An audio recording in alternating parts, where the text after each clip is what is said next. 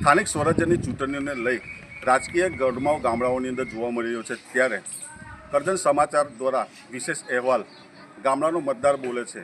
કરજણ સમાચાર આજ રોજ આવી પહોંચ્યું છે કરજણ તાલુકાના અટાલી ગામે કે જ્યાં ગ્રામ પંચાયત સમરસ થઈ છે. સમરસ થવા પાછળના કારણો કે જ્યાં ચૂંટણીઓને લઈ અને ગામડાઓની અંદર નાના ગામડાઓની અંદર વમનસ્ય પેદા થતું હોય છે એને ક્યાંક ને ક્યાંક અંશે દૂર કરવા માટે ગ્રામજનો એકત્રિત થઈ અને સાથે સાથે ગામની અંદર વિકાસની ધારામાં જોડાઈ શકે તેને લઈ અને સમરસ કરવામાં આવતો હોય છે. તેને અનુરૂપ અટાલી ગામ પણ સમરસ થયું છે અને ગ્રામ પંચાયતની અંદર સંપૂર્ણ મહિલાઓનું શાસન ગ્રામજનો દ્વારા આપવામાં આવ્યું છે. તો જોતા રહો કરજણ સમાચારનો વિશેષ અહેવાલ ગામડાનો મતદાર બોલે છે. સ્થાનિક સ્વરાજ્યની ચૂંટણીમાં કરજણ તાલુકાનું અટાલી ગામ સમરસમાં જોડાયું છે. ગ્રામ પંચાયતનું સુકાન ગ્રામજનોએ મહિલાઓને હાથમાં સોંપ્યું છે ત્યારે કરજણ સમાચારના સ્થાનિક સ્વરાજ્ય ચૂંટણીને લઈ કરજણ સમાચારના વિશેષ અહેવાલ ગામડાનો મતદાર બોલે છે.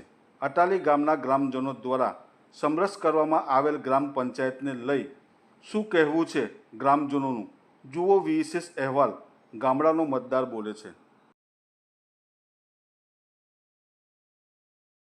નગીનભાઈ અટાલી ગામ સૌનો તમામ ગામવાસીનો સહયોગ માનું છું અને બિનહરી તરીકે સરપંચમાં ચૂંટવામાં આવ્યું છે.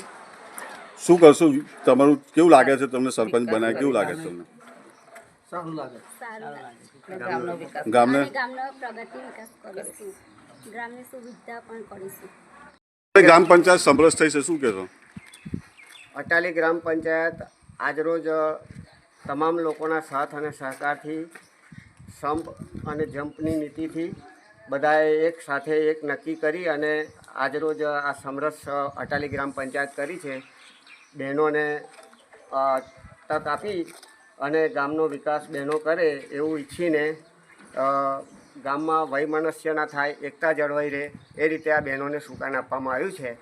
અને આ બેન ગીતાબેન વ્યવસ્થિત બેન છે, તેઓ એકદમ નિષ્પક્ષ છે અને તમામ ગામના લોકો તેમને ચાહે છે. એ રીતે આ ગામમાં વૈમનસ્ય ઊભું ના થાય અને ગામની એકતા જળવાઈ રહે અને વિકાસ ગામનો થાય એના માટે એમને આપણે બધાએ બિનહરીફ સરપંચ બનાવ્યા છે. શું નામ તમારું? પરેશભાઈ ભટ્ટ.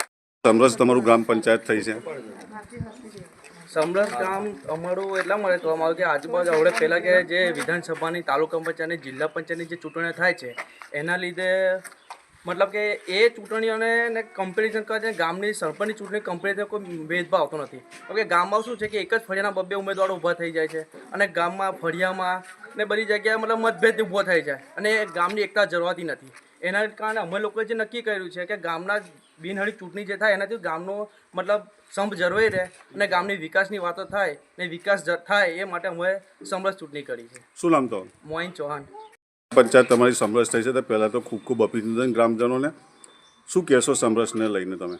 સમરસ કરવાનું કારણ એ જ છે કે ગામમાં વેર ઝેર ઝઘડો કોઈ થાય ના, ફરીએ બબ્બે તત્તાની ઉમેદવાર હોય અને એકબીજાને કોને જોડે કોને ફરવું એ હોતી એ લોકોને સમજ નહીં પડતી. લડવાવાળા લડે અને આજુબાજુવાળાને બહુ પ્રોબ્લેમ હોય. એના માટે અમે લોકોએ નક્કી કર્યું કે બધી જ મહિલા સમરસ અમારે કરવાની હતી.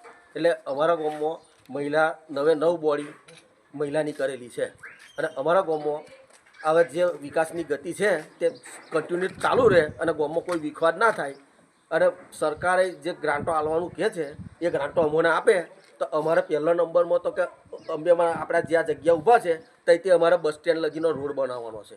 એટલે એના માટે અમારે સારું એવું ફંડ જોશે. એટલે કહી શકાય કે સમરસ જો થાય તો આવા બધા વિકાસના કામો ઝડપી થાય અને હોમેવાળા હોત જે ગ્રાન્ટ આપવાવાળા હોત વિચારે કે ભાઈ ગામમાં મગજમારી નહીં તો આપણે એમને ગ્રાન્ટ આપો. શું નામ આપનું? પટેલ જીતેન્દ્રભાઈ જસભાઈ.